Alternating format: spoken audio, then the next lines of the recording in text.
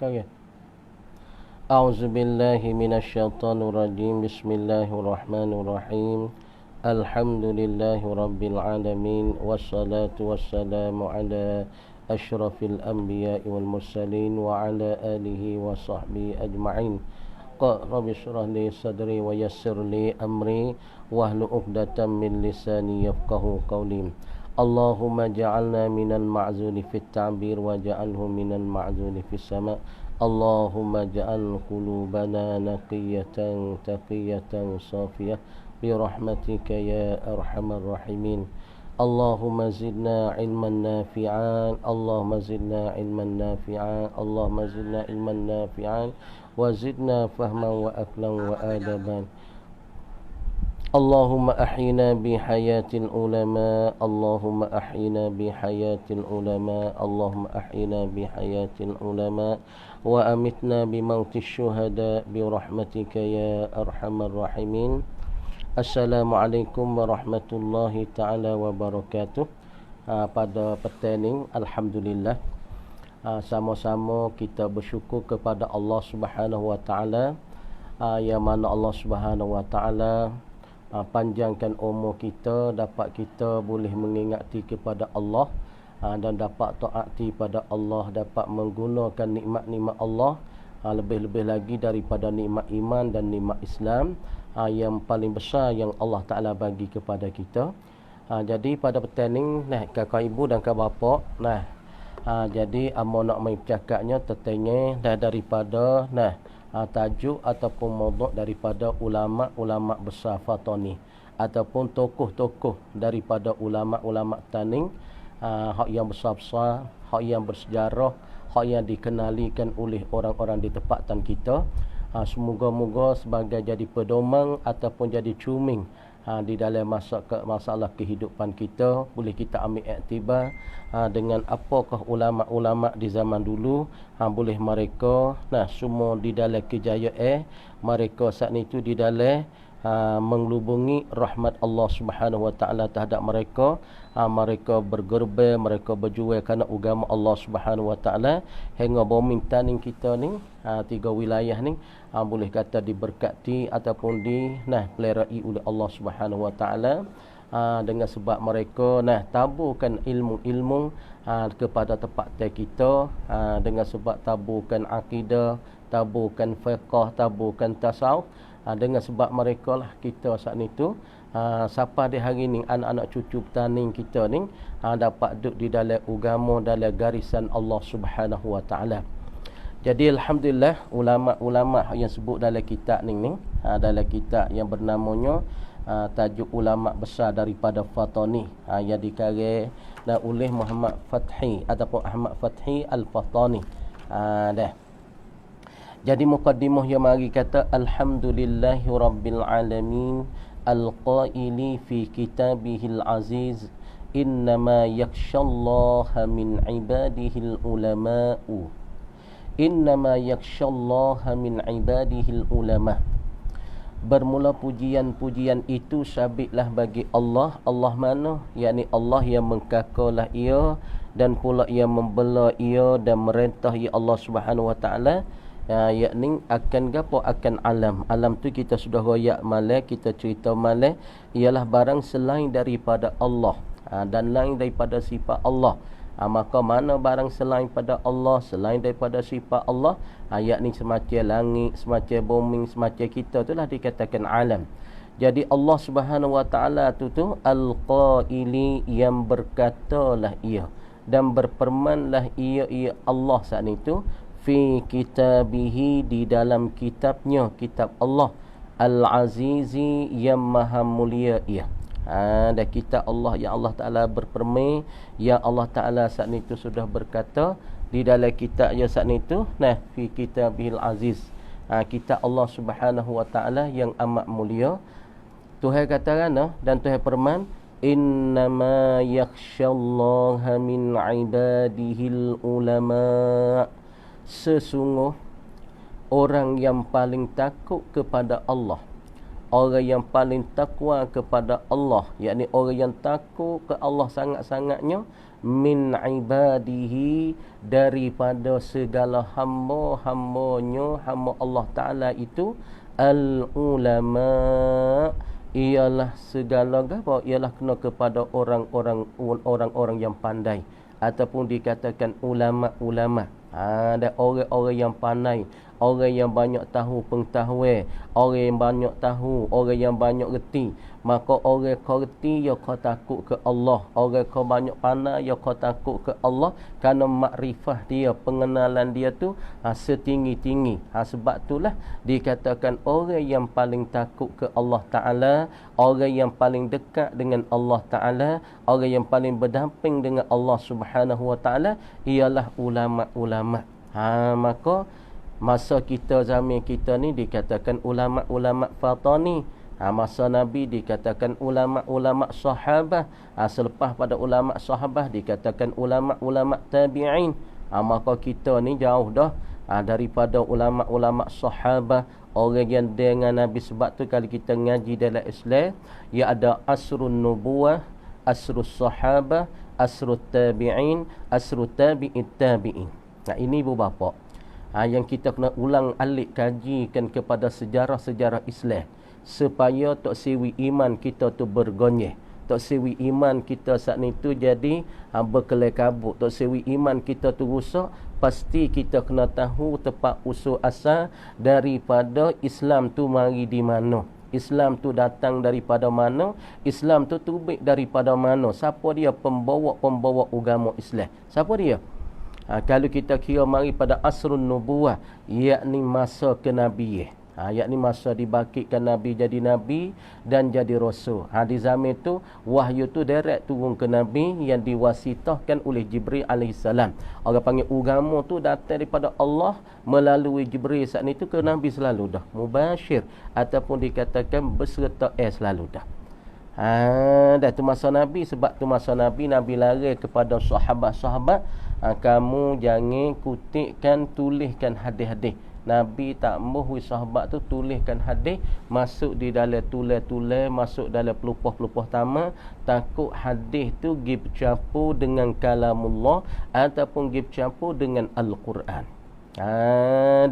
Tapi apabila selepas daripada Nabi tu wafat, Nabi saat ni tu mati, Nabi saat ni tu kita kata sudah meninggalkan dunia pada tahun hijrahnya tahun 11 Al-Hadi Ashar minal hijrah. Nabi meninggal dan Nabi tu wafat, dan Nabi tu faraqad dunia, meninggallah ia Nabi akan dunia. Tapi selepas daripada Nabi sudah wafat, ialah masa tu orang panggil timurkan peperangan ahli riddah. Kenapa? Ramainya daripada golongan orang Islam, daripada as-sahabah sendiri jatuh jadi murtad, ini kembali kepada agama kekufuran semula. Kerana ada seorang daripada orang-orang munafik ataupun daripada golongan-golongan orang-orang di zaman itu, dia kecek kata innahu mayyitun wa innahum mayyitun. Nabi Muhammad sendiri mati, kamu pun mati. Apabila tiba kelimah macam ni, orang panggil lidah mereka sangat-sangat tajam, maka ramailah orang-orang Islam di zaman itu jatuh pada murtad semula. Kemudian masa tu orang panggil apa dia? Yakni timur zaman itu orang panggil masa Khalifah Abu Bakar As-Siddiq. Kerana selepas daripada Nabi itu mati, Nabi itu wafat, maka riuh di antara para sahabat, riuh. Kerana Umar ketika Nabi tu duduk sakit tu, Umar tu duduk dah nak pacung tekak. Siapa yang kata Muhammad mati, hari ni aku akan pacung tekak mereka tu. Dah kerana munafik tahu Muhammad mati dah apa, Muhammad meninggal dah apa. Maka Abu Bakar dan Umar saat itu duk mengamuk. Siapa yang kata Muhammad mati di hari ini, aku akan pacungkan tekak dia. Kama dia apabila satu hari, satu ketika, satu masa Nabi masuk tidur tahriba Siti Aisyah radhiyallahu anha. Nabi sangat-sangat panas, sangat-sangat menguat panasnya, tidur tahriba Siti Aisyah. Duk mari Nabi pun di atas riba Siti Aisyah. Maka Aisyah saat ni pun ayah dia pun masuk, Abu Bakar masuk ni, nampak Aisyah tu duk teriak, duk menangis. Maka air mata sampai bertitik di atas pipi Nabi. Maka Aisyah pun royak tak ayah, dia kata Nabi sudah meninggal. Maka lalu itulah Abu Bakar tubik daripada rumah Nabi SAW, tubik pergi keluar. Royak kata hei Umar, kamu tak usah duk itulah, tak usah duk geger lah, tak usah duk ngamuk lah, jangan duk pacung lah tekak mereka kerana Nabi sudah meninggal. Apabila Nabi sudah meninggal, maka situlah orang panggil jadi berkelai kabut. Islam ketika tu sudah jadi berkelai kabut, orang sudah Islam, maka pulang klik kepada agama kufur pun beberapa ramai. Maka dilantikkan Abu Bakar secara ringkasnya. Secara ringkas nak latih siapa dia jadi ganti Nabi, siapa dia khalifah daripada Nabi. Umar kata mulah Abu Bakar sepatut. Abu Bakar kata mulah sepatut. Umar mu daripada Quraisy, kecek gi kecek mari, kecek gi kecek mari. Maka Umar kata mulah Abu Bakar.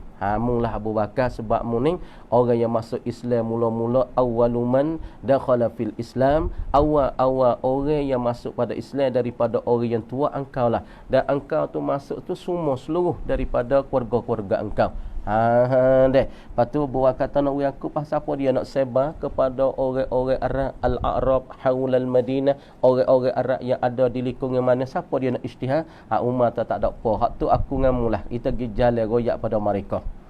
Kemudian di zaman tu nak royak katanya apabila mati satu pemimpin, nak royak tu mati satu pemimpin, siapa dia? Nabi SAW sebagai jadi pemimpin ummah. Dia kata qaidul ummah, yakni pemimpin bagi umat. Apabila Nabi itu meninggal, maka umat sudah jadi apa? Jadi kemera, jadi selera, jatuh kepada agama kufur semula berapa banyak. Apabila dibangkitkan akan Abu Bakar saat itu sebagai jadi khalifah, selalu itulah Abu Bakar ijtihad, siapa-siapa dia tak kembali kepada agama Islam semula, aku akan pacun tekak dan aku akan serah. Sebab tu tak usah kembali juga kerah perut degil wis setengah-setengah, tak usah kembali kepada Islam semula. Apabila tak mau kembali pada Islam semula, maka dititah oleh Abu Bakar serah for ahli ridah, serah mari perang mari. Siapa kata matilah ketika tu beberapa ramai dari puak ahli ridah dan beberapa ramai daripada orang-orang Islam. Maka kebanyakan mati pada masa peperangan ridah tu ramainya daripada orang Islam huffazul Quran, yakni orang yang hafalkan akan Al-Quran. Siapa dia? Daripada as-sahabah. Maka ketika tu mati pada peperangan ridah tu 70 orang daripada huffazul Quran, yakni penghafal Al-Quran 70 orang. Maka Umar sabu, Umar duk berduka cita, Umar jadi hazin. Dan pula Umar sendiri, Abu Bakar serabu. Umar pun kecek Abu Bakar, ya Abu Bakar ni ramai dah daripada sahabat-sahabat sudah meninggal, daripada fok-fok hafalkan Quran. Nak buat lagu mana kita ni? Kita kena hipung dah Quran di macam ni pada zaman ni. Kerana Quran tu ada di kulit-kulit taman, di batai taman, di tulai-tulai, di batu-batu. Kalau kita tak kutik-kutik himpung Quran jadi satu tempat, akan dihilangkan Quran. Kerana pada jalan ni orang ingat Quran tu sudah ramai dah mati, sudah ramai dah dihilangkan oleh Allah, sudah ramai dah dijepukkan oleh Allah pergi kepada rahmatullah ataupun kepada Allah Subhanahu wa taala. Ini lebih kurang, tapi nak kata orang yang dekat dengan Allah, orang yang takut kepada Allah, yakni orang yang panah, yakni orang yang banyak tahu. Tengok supaya umat, kerana ia banyak tahu hukum-hukum Islam, ia banyak tahu akan hukum-hukum agama, ia banyak tahu tentang masalahnya syariah Allah. Sebab itulah ia takut mati 70 orang ni, ia takut dah nak buat lagu mana nama Quran tu terhilang daripada daripada tulis, daripada batu, daripada pelepah taman. Ia takut. Dia takut hilangkan agama Allah di muka bumi ini. Sebab tu nak ayat kata orang yang paling takut kepada Allah Subhanahu wa taala, orang yang paling dekat dengan Allah Subhanahu wa taala ialah dikatakan ulama-ulama. Sebab tu Tuhan kata sini, innama yakhshallaha min ibadihil ulama. Sesungguhnya orang yang paling takut kepada Allah Subhanahu wa taala daripada hamba-hambanya hamba Allah ialah kena kepada ulama-ulama. Ulama mana ni? Yakni ulama akhirah, ulamaul akhirah, ulamaul akhirah, yakni ulama akhirat, bukan ulama dunia.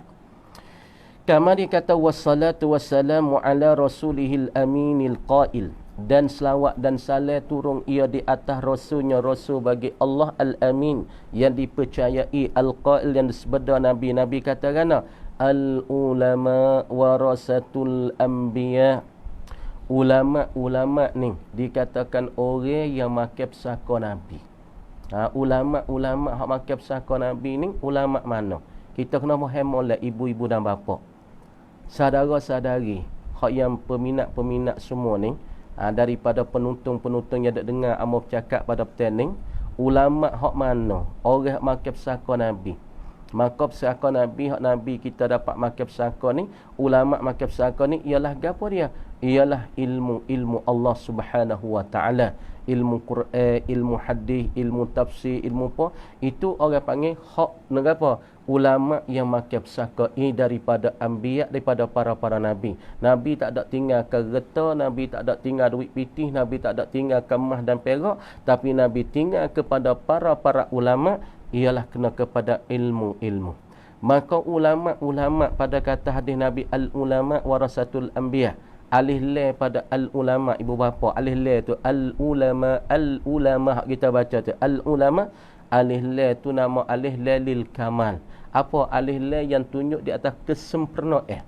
Ulama hak sebenar, ulama hak sempurna, ulama hak jinyak jelakah apa jalan di atas telapak Nabi. Maka ulama ni dia tak kenakkan agama Allah. Ulama ni dia tak kecek agama sebagai jadi stopan nak ke dunia dak. Kalau ulama sebenar jalan di atas telapak Nabi, cara Nabi, jinyak lakah Nabi, sunnah Nabi, ulama ni dia tak akan nyeleweng daripada cara Nabi. Dia tak nyeleweng daripada dasar Quran, dia tak nyeleweng daripada dasar hadis, dia tak nyeleweng daripada dasar qiyas dan pula ijma' ulama. Tapi kalau sebut kata ulama, tapi dia tu menyeleweng daripada dasar Islam, daripada dasar Quran, daripada dasar hadis, daripada dasar qiyas dan ijma' ulama, bermakna kata ulama situ bukan ulama akhirah. Ulama di situ bukan ulama Nabi ta al-ulama warasatul anbiya. Karena alih la situ jaga katanya lil kamal, kesempurnaan. Sebenarnya ulama yang turut jinyak lakah Nabi ataupun cara Nabi, sunnah Nabi, ulama itu ia tak lari daripada cara-cara Nabi. Dah. Sebab itulah ibu-ibu bapa yang dihormati sekalian. Dah. Jadi kita nak baca di hari ni ulama-ulama di petani kita. Maka ia kata wa ala alihi wa sahbi ajma'in wa man da'a bi da'wati ila yaumiddin, dan pula mereka yang dakwah dengan cara nak dakwahnya dakwah bagi Nabi hingga siapa kepada hari kiamat, hingga siapa kepada hari akhirat. Maka ulama-ulama yang makan pesaka Nabi sallallahu alaihi wasallam ini. Sebab tu banyaklah kita kata ulama-ulama hak yang turut jinyak lakah Nabi, yang turut cara telapak Nabi. Maka ulama ni dia tak akan selera, dia tak akan nyeleweng, dia tak akan lari daripada cara Nabi. Lalah mana? Sebab itulah Nabi sallallahu alaihi wasallam sabda pada satu hadis lagi, la tajtami'u ummati ala dhalalah, tiada berhimpun dan tiada berkumpullah oleh umatku. Maka murad dengan umatku ketika ni ialah ulama-ulama daripada golongan umat ini. Dia tak akan berpupu, dia tak akan berimpung ala dhalalatin, di atas kesesatan dan di atas kejahatan dan di atas orang panggil berkelai kabut. Jadi ulama-ulama yang sebenar daripada ulama ahli sunnah wal jamaah, daripada ulama ahli sunnah wal jamaah, maka mereka tetaplah di atas dasar daripada dasar Islam, ialah ia tak lari daripada dasar Quran, daripada dasar hadis. Makna ulama ni dia tak lari cerak-cerak. Sebab Nabi yakin, Nabi jamin dah dengan hadis, dengan kata Nabi sebenarnya Nabi ta la tajtami'u ummati ala dhalalah, tiada berkumpullah oleh umat daripada ulama-ulama daripada umat ini di atas kesesatan. Makna kata ulama ramai hadap kok mana supaya kita tengok lataning kita ni. Ulama besar-besar daripada babak Espanyol, daripada babo Zik pada Pusu, pada Pada Ikhraso, daripada ulama lagi kita tahu besar-besar lagi dari tani-tani kita semua ni. Maka kita nak tengok dasar mereka kok mana. Semua mereka akan jalan di atas tarik, di atas jalan ahli sunnah wal jamaah. Maka akidah mereka ialah akidah Asy'ariyah Maturidiyah. Dan fiqh mereka orang panggil tak lari pada mazhab apa. Dan pula tasawuf mereka tak lari daripada tasawuf siapa dia? Tok Junaid Al-Baghdadi.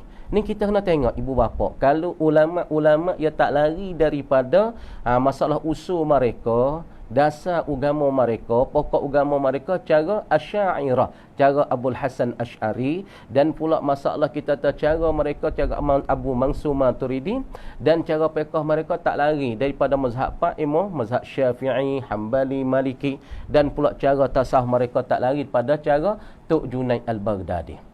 Inilah ibu bapa yang amba nak berikan penerangan. Nah, dasar-dasar ulama-ulama yang betul ataupun ulama-ulama yang dikatakan al-ulama warasatul anbiya, dan sepakat dengan ayatnya innama yakhshallaha min ibadihi ulama. Maka ulama ini akan berjalan di atas dasar-dasar yang dibawakan oleh Nabi sallallahu alaihi wasallam. Jadi dia kata buku ni mengandungi sejumlahnya sehimpunnya 40 tarajum. 40 tarajum. Gapo 40 tarajum? Di dalam kitab ni, kitab ulama besar Fatani ni ada terkandungnya dan ada melengkapi nak royak secara hidup ataupun sejarah hidup daripada terjemuhnya cara hidup ulama daripada 40 orang daripada ulama besar-besar dan tokoh-tokoh daripada ulama-ulama taning kita. Ulama besar Fatani negeri taning kita ni dalam cara waktu jarak ataupun jarak waktu masa waktu antara penghujungan abad yang ke-18 yakni tahun 1800 lebih kurang lah. Dah 1800 pergi sampai pada tahun 1000 dan tahun 2000 ni. Lah ni 2021. Tahun 2000 tu lebih kurang itulah abadnya, dimulai dengan tokoh bernama Syekh Daud Al-Fatani. Mana tahun 18 mari pada tahun 2000. Situ tu lebih kurang dalam 200 tahun lebih. 200 tahun lebih. Maka situ tu timbulkan abad tu. Masa tu zaman tu orang panggil kalau kita kira mengenai abad tu korang yang berapa dah. Kalau kita kira mari kalau hak Islamnya tahun hijrah ialah 1200. 1200 lebih kurang tu orang panggil korang yang yang ke-12 dah ataupun hampir masuk ke korang yang 13 tu.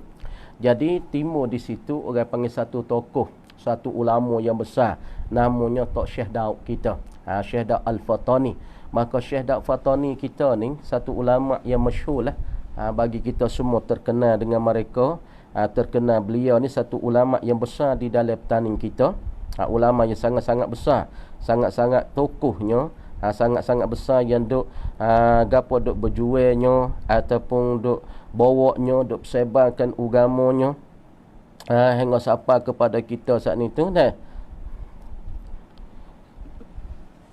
lebih kurang jadi pada tahun tu kita kira mari ni jadi ambil daripada Tok Syekh Daud kita ni dikatakan digelarkan Tok Syekh Daud Fatani, Syekh Daud Al-Fatani, satu syekh yang besar, ulama yang amat-amat besar yang kita kenali semua di Nusantara kita, tanah Melayu kita, taning daripada Malaysia, Kelantan, apa saja semua daripada Malaka, daripada Singapura, daripada Indonesia, terkenalkan Tok Syekh Daud kita Al-Fatani. Maka kata wafat dia nya mati Syekh Daud kita ni 1847. 1847 hingga sampai sekarang ni hampir-hampirnya kalau kita kira hitungnya marinya lebih kurang hampir kat 200 tahun, 174 lebih kurangnya.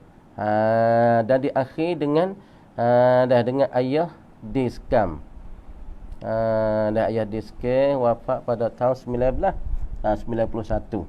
Ayah Diskam saat ni tu wafatnya tahun tahunnya 1991. Yahdi ni lebih kurangnya 30 tahun, hampir-hampir 30 tahun. Sebab masa Tok Yahdi mati ni Amba baru masuk ngaji Dala tahun mula-mula bulan Maulud. Mau ingat lagi Tok Yahdi sekian wafat dan Tok Yahdi ni mati pada tahun 1991. Tahun ni juga Amba saat ni tu baru masuk Dala. Kalau tahun hijrah tahun buzanya 2534. 2534 tahun ni juga. Nah, amba awal-awal masuk dalam maka cukup 40 duduk di scale duduk di kawasannya. Nah, orang panggil kawasan tu dikatakan Pondok Haji Weh.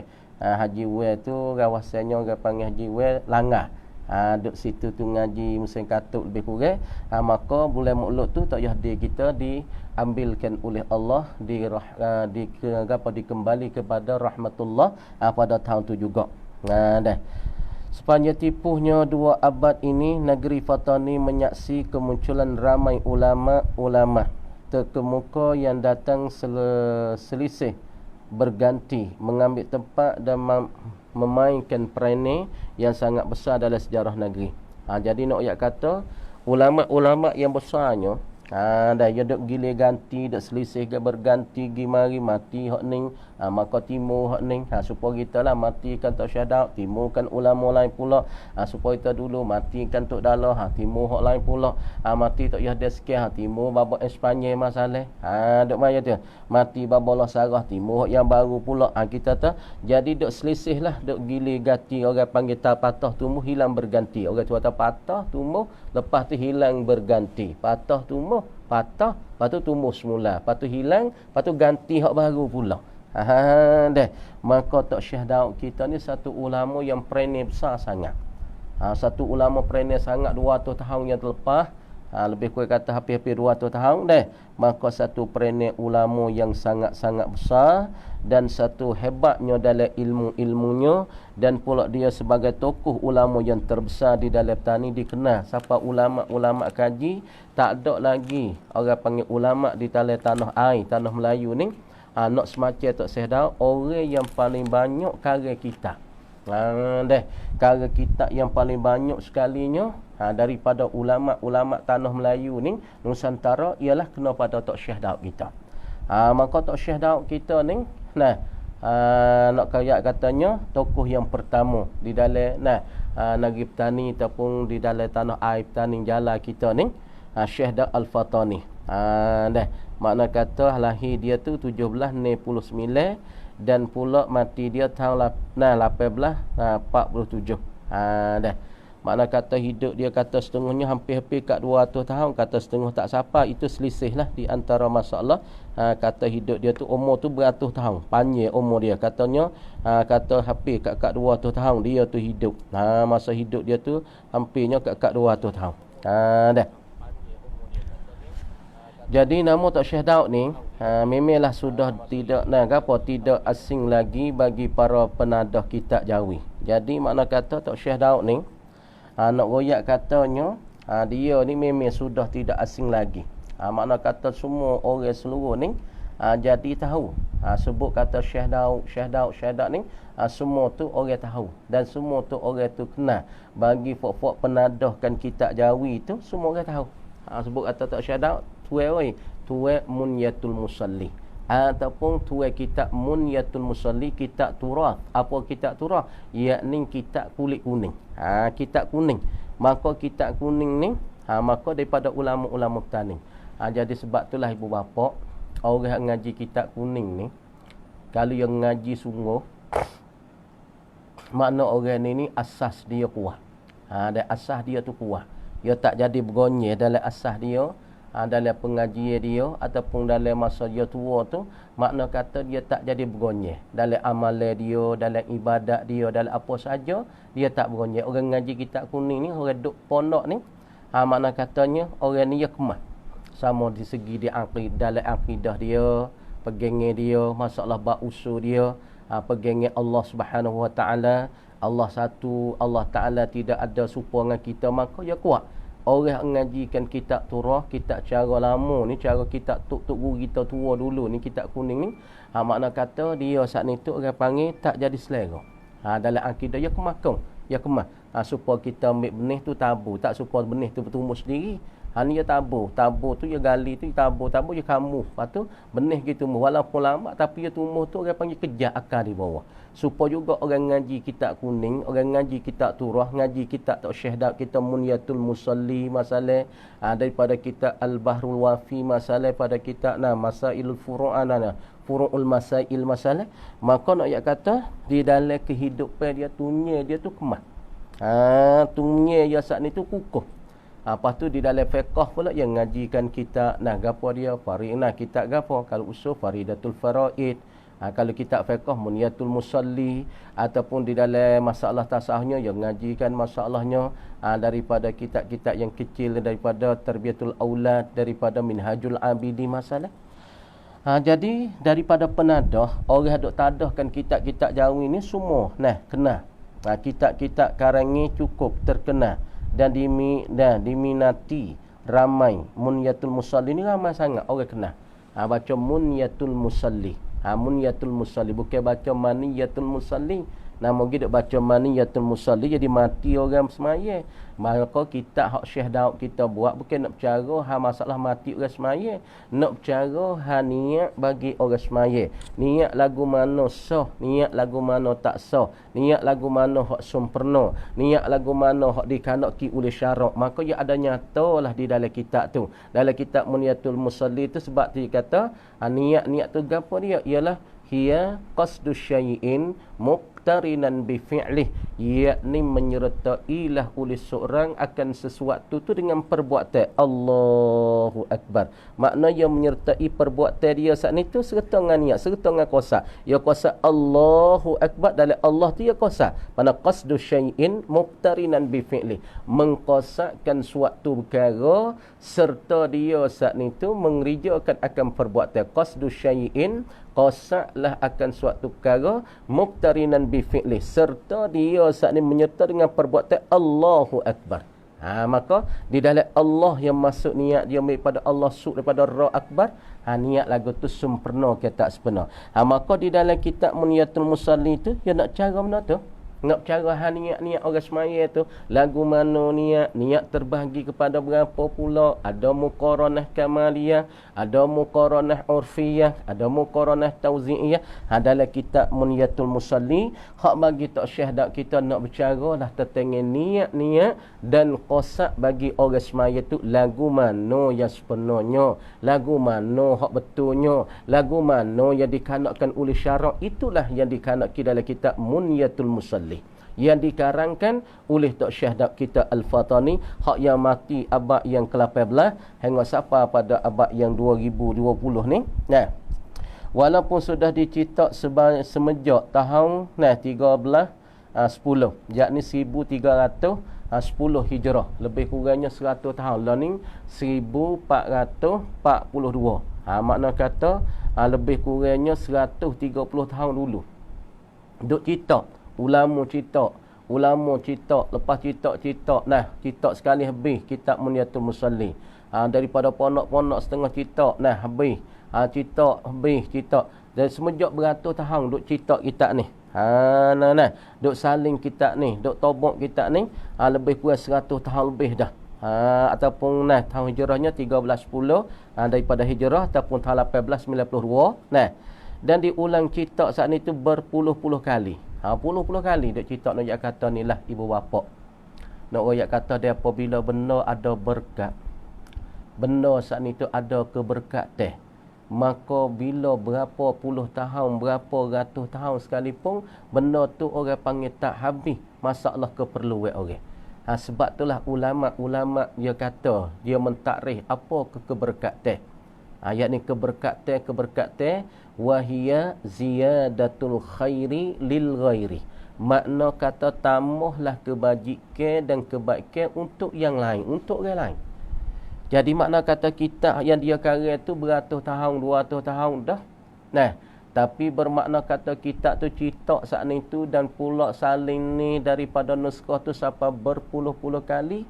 Tapi kitab tu diperlukan oleh orang, diperlukan oleh masyarakat di petani kita, diperlukan oleh orang-orang di petani kita. Beberapa banyak siapa orang tak jemu kitab Muniyatul Musalli ni, jadi orang tak jemu. Walaupun dicetak berpuluh-puluh kali oleh orang, oleh ulama-ulama, tapi orang tu tak jadi jemu, tak jadi puas kepada kitab-kitab Muniyatul Musalli. Nak royak kata isi kata, walaupun kitab tu berapa puluh safhah ya, kalau kita kira meter batu ya, tapi nak royak tak keikhlasan bagi Tok Syahdat kita Al-Fatani, dia karang makna kata setiap zaman, setiap lapisan, setiap keadaan, setiap tempat boleh ngajar. Kita ni dalam pondok boleh mengajar, di masjid kat kampung pun boleh mengajar, di surau-surau pun boleh mengajar, di tempat-tempat kerja KJL pun boleh mengajar. Makna kata kita dia ni orang panggil jadi sepatut, jadi layak kepada setiap zaman, kepada setiap lapisan, kepada setiap keadaan, setiap tempat tu jadi patut. Inilah kita nak pada keberkatan ibu bapa, hadirin hadirat yang dihormati, yang dikasihi, nak royak kata apabila benar ada berkat, bermakna kata setiap lapisan manusia, setiap lapisan daripada golongan manusia, setiap lapisan daripada keadaan dan masa masyarakat, maka perlulah kepada benar saat ni. Walaupun benar tu sikit, walaupun benar tu kecil, walaupun benar tu halus, tapi makna kata isi kata hak syahdat kita isi dalam kitab Munyatul Musalli, ia ada barakah. Ya ada kebaikan kerana ikhlasnya hatinya syahdat kita, kerana tulingnya hatinya dengan Allah Subhanahu Wa Taala, maka kita dia tu akan jadi berlapis-lapis hingga sampai pada anak cucu, sampai kita di hari ni pun masa tak habis lagi duk mengajikan kita dia. Sebab itulah satu malam babosuh kita lit luben. Dia saat ni tu bangun waktu malam, dia saat ni tu berasa ada terlekat budi dengan Tok Syahdat. Tok Syahdat kita Al-Fatani ni lah. Berasa ada terlekat budi. Ya kata kita ni tak ada buat budi gapo lagi dengan Tok Syahdat. Bahkan Tok Syahdat ni berbudi dengan kita beberapa banyak kita boleh alingkan fiqh, boleh mengajar fiqh dengan sebab kita dia Munyatul Musalli ya. Tapi kita ni nak buat gapo budi bahasa dia dengan Tok Syahdat. Bahkan di telaga Tok Syahdat kita di Parit nak buat masjid sekarang, nak buat tempat Jamiah Ulama Fatani Darussalam, maka dia pun royak kepada orang-orang pergi ngaji himeng dia saat ni. Dia kata wasa lekat budi wasa berbudi dengan Tok Syahdat. Lagu mana hang kita nak buat ni, maka dia kita kutiklah boleh sapu dalam 4 minggu. Kita nak buat kepada tempat Tok Syahdat di Parit sana, sebagai nak balas budinya Syahdat je terhadap kita semua, boleh duk mengajikan kitab-kitab Munyatul Musalli. Maka kutik saat ni tu. Apabila sampai 4 minggu saat ni, maka kutik himpun semua. Maka boleh cuma mana? Katanya bolehnya 1,200,000. Maka rugilah kepada babak Espanyol dan babak Karingdala. Maka babak Espanyol pun teriaklah, menangislah dengan sebab orang-orang kampung kita, orang tempat kita sudah faham. Sekarang lah ni nak kata budikan ulama-ulama petani kita, ulama besar, tokoh daripada ulama petani nama Syahdat Al-Fatani ni, makna kata sangat-sangat besar. Maka di sekarang learning bolehlah kita nak bantu di telaga Tok Syahdat kita ada buat masjid sekarang learning, untuk nak bangun bina masjid apa saja untuk jadi tempat keseh, tempat jaksa bagi Tok Syahdat kita sana. Nak kata kitab-kitab dia Munyatul Musalli duk cerita sampai berpuluh-puluh kali sampai sekarang pun tak habis lagi duk mengaji. Orang duk mengaji sentiasa duk mengaji hari ke hari, minggu ke minggu, bulan sampai tahun-tahun, sampai beratus-ratus tahun. Bercerita saat ni tu orang tak jadi jemu dengan kitab Munyatul Musalli kerana berkat sangat-sangat, kerana niat Tok Syahdat kita tu comel, niat bersih dengan Allah Subhanahu Wa Taala. Di sinilah kita sebagai cuming kita kepada Tok Syahdat, dan cuming kita suluhlah kepada Tok Syahdat dan kitab dia, walaupun kecil tapi nak kata di situ isi kata dia tu sangat-sangat berkat yang membawa kepada kita boleh mengaji sokmo-sokmo, boleh belajar sokmo-sokmo. Dari situ juga fiqh bercampurnya dengan tasawuf lebih kurang di dalam tu. Nama penuh Syahdat kita ni sebagai yang sering terpapar pada kitab-kitab ataupun sudah disebut pada kitab-kitabnya, karangannya. Nama penuh beliau ialah Daud bin Abdullah bin Idris Al-Jawi Al-Fatani Al-Malayuwi. Ni nama dia penuh ni. Nama dia nama Daud bin Abdullah ibnu Abdillah ibni Idris Al-Jawi Al-Fataniyu lagi pula Al-Malayuwi. Makna dia ni nama Daud, anaknya kepada Abdullah. Ayah dia nama Abdullah, cik dia nama Idris. Lagi pula dia ni Al-Jawiyu, orang yang bahasa Jawa, bahasa Jawi itulah. Orang kita lah bahasa Jawi, tuturan Jawi, takbir Jawi, kecek Jawi, tulisan pun Jawi, tuturan pun Jawi. Dah tuturan Jawi. Kita jangan lupa lah Jawi kita ni. Kadang kita learning jadi setengah-setengah triple lain kau. Nak berkecek lah, kadang-kadang nak berkecek, nak tinggal luah Jawi siapa tua tak reti, orang suruh Jawi pun tak reti, tu bukan dia orang tu. Kita anak Melayu, anak petani, lagi pula orang Jawi, kena berreti kecek Jawi, tulisan Jawi. Tengok Tok Syekh kita ni, ya bangsa dia Al-Jawiyu, orang yang bahasa Jawi, orang kecek Jawi, tuturan Jawi, tulisan pun Jawi. Tok Syekh kita lebih laginya, dia ni tulisan kita, cakap pai kita ni cakap pai Jawi. Pergi ke mana, atau kecek luar kampung dah. Nak pergi ke mana, buat gapo, apa khabar. Tu dia panggil cara kecek pai. Tapi kalau cara kita tu apa khabar, pergi ke mana, dah kan? Kemudian orang yang pilihkan masalah tuturan Jawi, lepas tu mari tulis pula dengan bahasa Jawi ni. Siapa dia? Orang hak mula-mula, orang panggil tulis Jawi dengan bahasa Jawi. Kutikkan kelimah-kelimah tu di hak dok kecek tu, kecek dengan bahasa bahasa Jawi, tulis Jawi. Maka dikatakan ulama, orang yang tulis Jawi mula-mula yang dikatakan Tok Syekh Daud kita ni juga. Kerana Syekh Daud kata kan, sebab apa dia pilih daripada luah Jawi tulis Jawi. Alif, ba, ta, sa, jing. Ada pun Jawi kita ni dia tambah pak lagi, po, ngo, co, po, ngo, co, go. Adapun dalam luar Arab dia tak ada tu, po tak ada, co tak ada, ngo tak ada, go tak ada.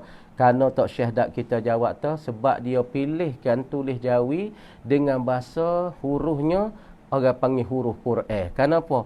Kerana huruf Jawi ni hak dipilihkan serupa dengan huruf Quran. Cara eja alif ba ta ni, kerana orang panggil huruf Jawi ni orang panggil huruf yang paling dekat dengan Al-Quranul Karim, hak nombor satu sekali. Sebab itulah dituliskan masalah Jawi, dituliskan Jawi kerana masalah Jawi tu ditulis dengan Jawi kerana orang panggil huruf yang paling dekat dengan Al-Quran sekali. Sebab itulah amun nak pesan kepada adik-adik ataupun kepada adik-adik, kepada anak-anak, pada ibu-ibu dan ayah semua, kita ni kena bahasa bersyukur boleh kecek Jawi. Lagi pula bersyukur boleh kecek dengan bahasa Jawi. Patut orang panggil boleh tulisan dengan bahasa Jawi, catat bahasa Jawi. Jangan kita duk tinggal ni kadang-kadang kita kecek Jawi, lepas tu kita tulis dengan bahasa Sia dalam Facebook, dalam apa saja, itu orang panggil tak comel lah. Boleh kita kecek bahasa Jawi dah, kita tulis pun jadi tulis Jawi. Hak tu yang paling comel. Kerana Syekh dak tengok dia bangsakan diri dia Al-Jawiyu, yang bahasa dia tu pada Jawi. Badak orang Jawi, makna kata kecek Jawi, tulisan pun Jawi. Deh. Dan lagi pula dia saat ni tu Al-Fataniyu, satu orang yang dibahasakan kepada cerdik. Dia ni orang yang dibahasa pada Al-Fatani. Apa Fatani? Yakni orang yang dibahasa pada cerdik, kepada bijaksana. Lagi pula Al-Malayuwiyu, orang yang bahasa Melayu. Bahasa Melayu. Kan bahasa Melayu. Bukan bahasa Sia, bukan bahasa Cina, bukan bahasa Mak Saleh, bukan bahasa Negro, bukan bahasa bahasa Negro, bahasa Takaroni, bukan. Bahasa Melayu. Bagaimana beliau lebih dikenal dengan penggilang Tok Syekh Daud.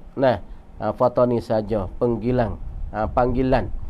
Dikenali dengan panggilan atau mana beliau lebih dikenal dengan panggilan Tok Syekh Daud Al-Fatani. Tok Syekh Daud Fatani, Syekh Daud tu makna kata kelimuh ataupun gelar hak yang dikenali ataupun dimakruf, ditelatah di kalangan Nusantara, tanah-tanah Melayu kita dengan Tok Syekh Daud Al-Fatani. Kemudian dia ni dikatakan dikenali kata dia ni orang panggil Tok Syekh Daud Al-Fatani. Menurut Tuan Haji ni Ishaq Daud, kampung Tikah, Takeh, kampung Takeh, Datuk Syekh Daud Idris atau Tok Wan Darashid atau Senik, adalah anak kepada Tok Wan Abu Bakar bin Wan Ismail, bergelar Tok Kaya Pendek. Tok Kaya Pendek. Makna kata tok nenek dia ni namanya makna kata adalah anak kepada Tok Wan Abu Bakar. Makna kata Wan Abu Bakar Wan Ismail bergelar Tok Kaya Pendek bin Tok Wan Fakih Ali. Mana bunda bernama Wan Fatimah, anak Wan Salamah, anak Wan Nisa, yang menjadi isteri kepada Tok Bendahara Wan Suban. Wan Yusof bergelar Tok Kaya Ratna Deraja bin Fakih. Nah, maka Syekh Daud kita ni berlima. Nah, dia ada berapa beradik? Kalau kita kira mari ni Tok Syekh Daud kita ni, kalau kira mari dia ni 5 beradik. Syekh Daud Al-Fatani, Tok Syekh Daud Al-Fatani ni kalau kita kira mari dia tu 5 beradik. Syekh Daud kita sendiri, Patuk Syekh Abdul Qadir, Patuk Syekh Idris, Patuk Syekh Abdul Rashid. Nama saudaranya yang seorang lagi tu tak cerah. Jadi makna dia tu 5 beradik. Ayah dia tu nama Abdullah, cik dia tu nama Idris. Lepas tu keluarga-keluarga dia tu dinama orang gelarnya Tok Kaya Pendek. Makna orang Tok Kaya lah. Makna kata di kawasan Parit tu, makna orang kaya. Daripada keturunan, daripada Tok Nenek dia tu digelarkan Tok Kaya Pendek. Yang ada di kawasan Parit. Nah, gambar Tok Syekh Daud kita ni, orangnya, nah, berapa beradik? Kalau kira main 5 beradik. Dia nama Syekh Daud, nah, bin Abdullah. Dan pula adik-beradik nama Syekh Abdul Qadir. Syekh belaka pok dia ni. Jadi kawasan mana? Jadi tok-tok guru belaka. Syekh Daud sendiri, Syekh Abdul Qadir kakak dia, Syekh Idris dan pula Syekh Abdul Rashid. Nah, hak sore lagi pada saudara dia tu tak cerah. Dah tak cerah. Nama gapo sore lagi. Tapi nak dia kata pok dia tak adik-beradik dia tu lelaki belaka, jantan belaka. Lagi pula jadi guru-guru belaka. Jadi orang-orang alim. Lepas tu Tok Syekh Daud yang pelik laginya, masa dia karyakan kitab tu, kata ulama'nya, ulama' petani kita lah. Jadi waktu dia duk karyakan kitab, nah, maka tangan dia tu tubik cahaya. Nah, kalau orang panggil masalahnya, nah, kan jari dia tu tubik cahaya. Masa tu dia tak ada pelita kan, pelita faifa tak ada, pelita tu ada, kalau ada pelita trik ataupun pelita gas ya. Nah, masa tu tak ada. Kamar dia karingnya tu orang panggil karing dengan kena dengan jari tapi waktu malam tu tubik cahaya. Tubik cahaya dan tubik warna di tangan, di jari dia untuk dia nak mengalir. Itu satu keberkatan. Satu orang panggil keberkatan karamah yang Allah Ta'ala bagi pada Tok Syekh Daud kita Al-Fatani. Nah, karya tu tubik cahaya di jari-jari dia. Kelahirannya, Syekh Daud kita lahir dia mana? Timur dia di mana? Nash'atuhu wa hayatuhu. Timur dia di mana? Kelahiran dia tu di mana? Ni. Beliau dilahir di Kampung Parit. Di Kampung Parit. Kita tahu dah Kampung Parit. Kampung Parit ni, kalau kita mari sebelah balik Taning tu, ia duduk sebelah balik kiri lek sana pada Sejid Khisik. Lek sana kepada sana daripada Corowo sikit. Maka ia adalah di situ tu, nah, jalan Pak Ling tu, kalau kita tengok lek kanan tu orang panggil Telaga Tok Syekh Daud, yakni hak orang dak buat masjid lah ni, tempat Jamiah Ulama Fatani Darussalam Kampung Parit lek sana tu sikit. Kawasan tu lah orang panggil kawasan tu. Mari kalau kita mai lek Taning, Lakoh Gresik, Lakoh Mengkoniau tu, lepas tu Lakoh Corowo, lepas tu ada sebelah gelane tu Telaga Tok Syekh Daud. Situ orang panggil Kampung Parit. Maka situlah tempat timur dan tempat kelahiran dan tempat diberanakkan akan Tok Syekh Daud kita Al-Fatani. Beranak di situ. Tu ibu bapa ambil dengar benda-benda ni, kalau kita dengar baik-baik, semudah-mudah kita boleh royak kepada anak-anak cucu kita. Nak royak kata ulama-ulama di Petaning kita ni bukan kata ulama-ulama kebiasaan. Dengan sebab mereka lah kita boleh kenal Islam, dengan sebab mereka lah kita boleh kenal akidah, dengan sebab mereka lah kita boleh kenalkan Allah, dengan sebab mereka kita boleh kenalkan Quran, dengan sebab mereka kita pandai tulis Jawi, dengan sebab mereka kita boleh kenalkan kitab-kitab kuning, kitab-kitab lama. Ini ibu bapa yang kita nak kepada kita dapat fikir di hari ni. Dengan sebab Tok Syekh Daud kita sore ni, Tok Syekh Daud ulama Al-Fatani yang besar ni, dikatakan tokoh agama dan tokoh Islam dan tokoh ulama-ulama petani yang paling besar. Semua orang-orang di sini dapat boleh kenalkan kitab Jawi, boleh tulis kitab Jawi, boleh pandai kecek bahasa Jawi, tulisan pun Jawi, boleh kenalkan Quran, boleh kenalkan akidah, boleh kenal tentang Allah, boleh kenal tentang Quran, hadis, apa saja. Semua ni orang panggil budi bahasa daripada ulama-ulama besar Fatani kita nama Syekh Daud Al-Fatani.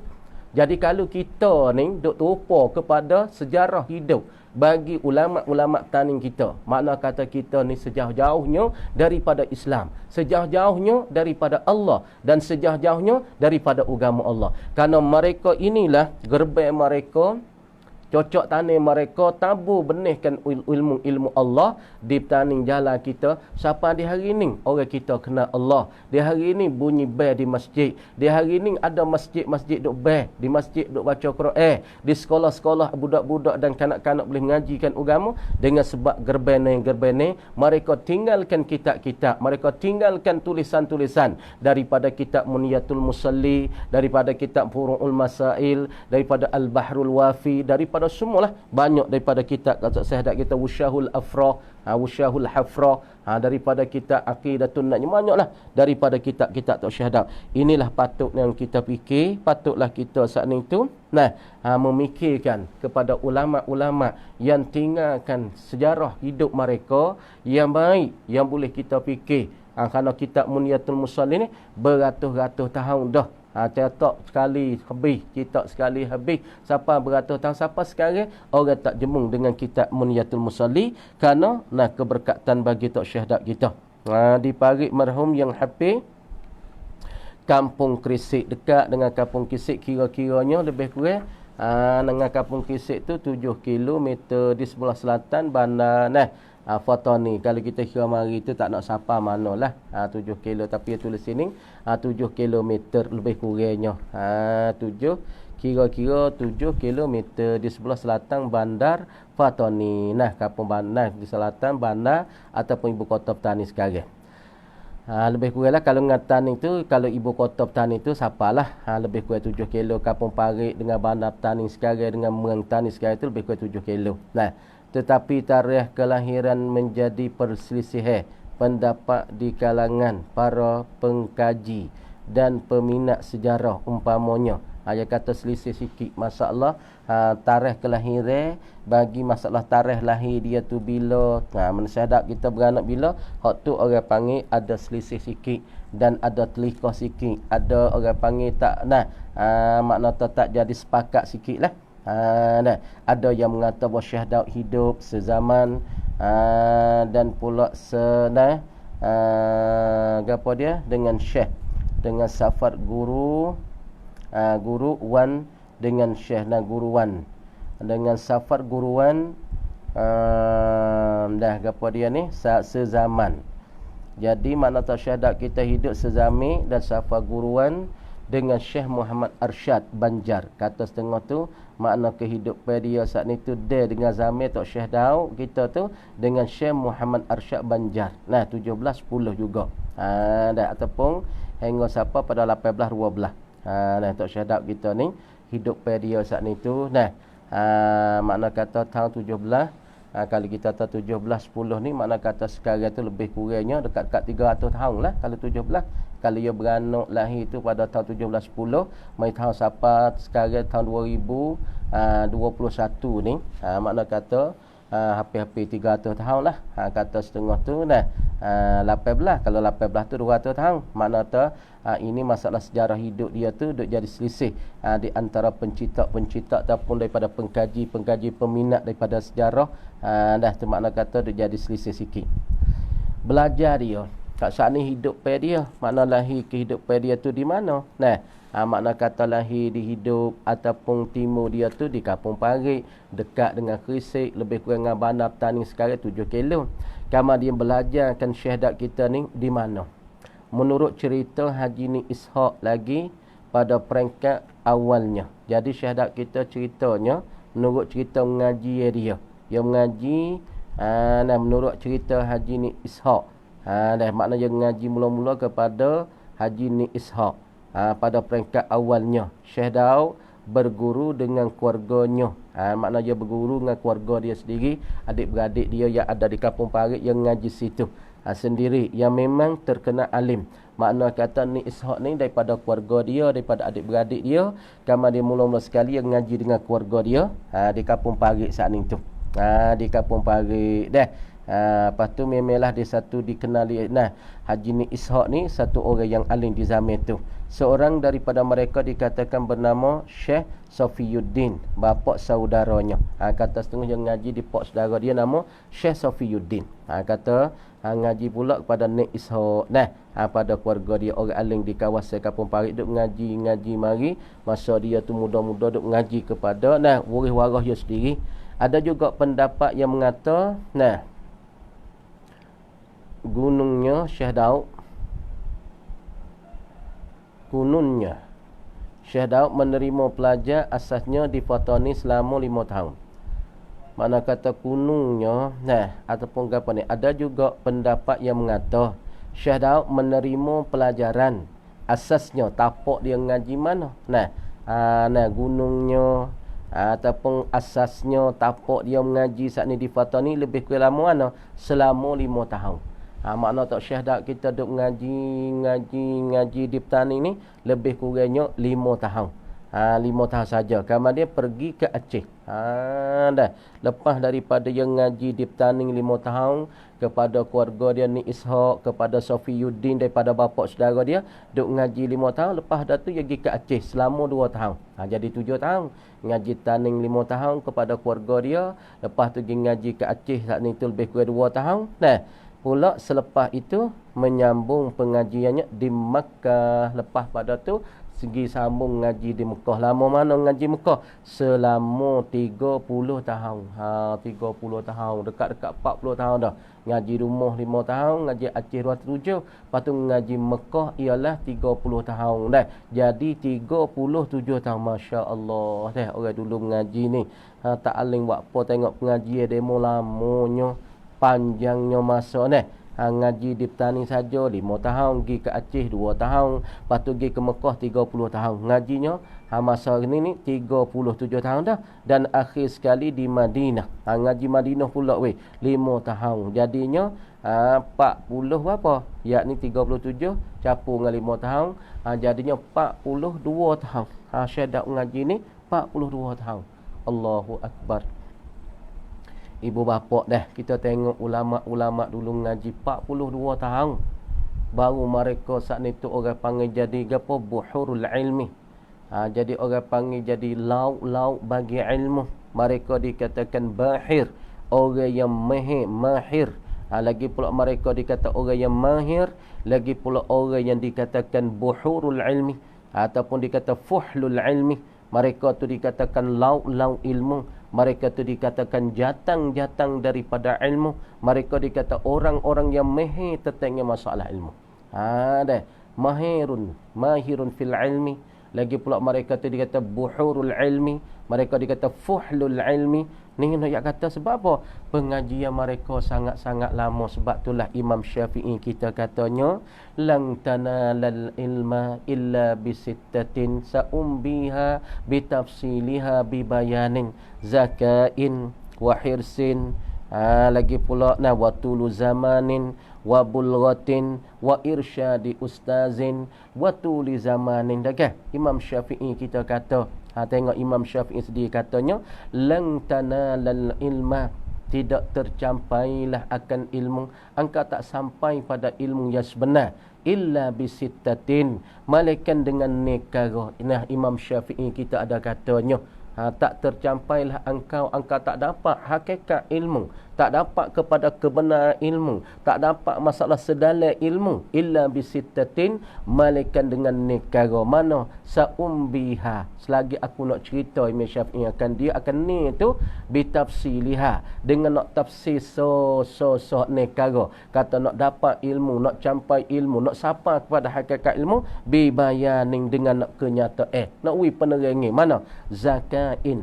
Yang pertama kena cerdik. Dalam kita mengaji tu kena cerdik.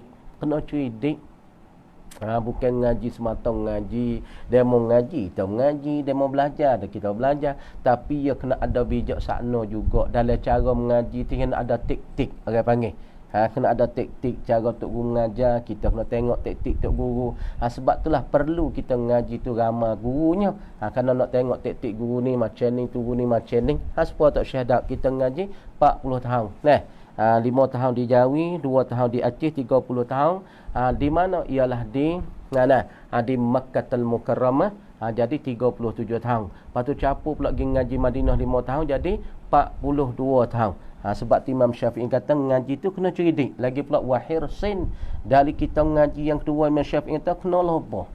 Dalam ngaji kena loba. Walaupun kita ngaji dah kena loba lagi. Wasa banyak dah kena banyak lagi. Loba dalam ngaji. Ngaji kitab tu, ngaji kitab ting, ngaji ilmu tu, ngaji ilmu ni. Wujud dia je bubuk semua di dalam ngaji ye tu.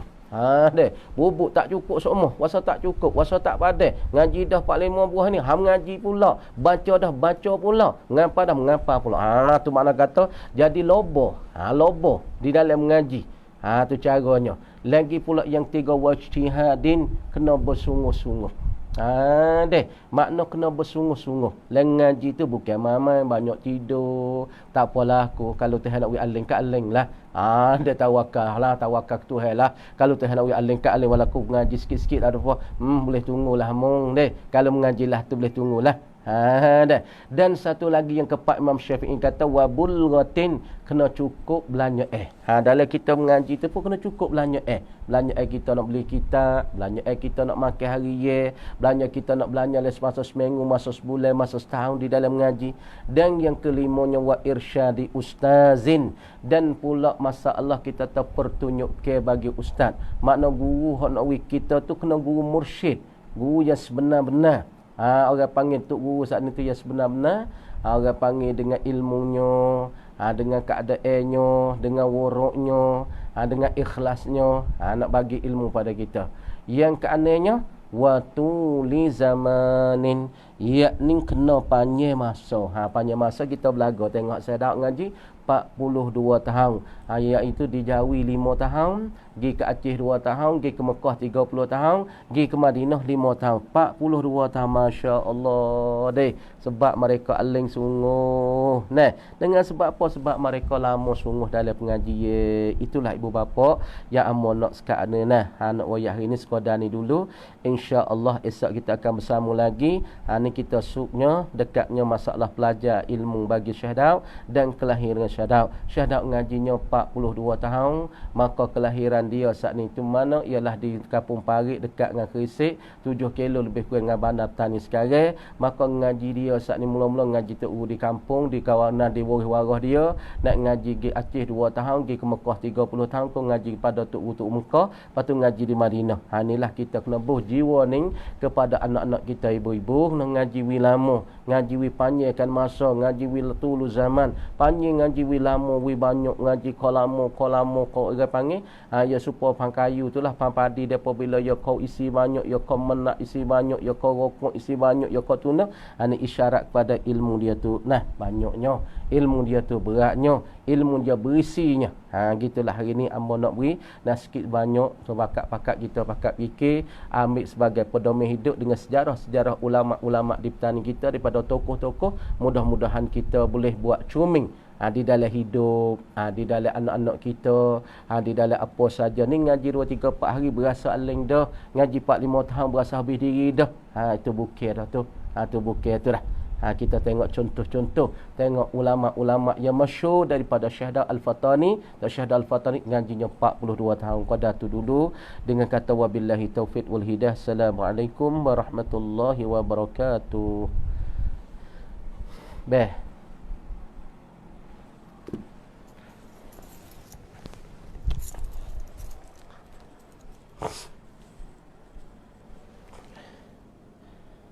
Abeh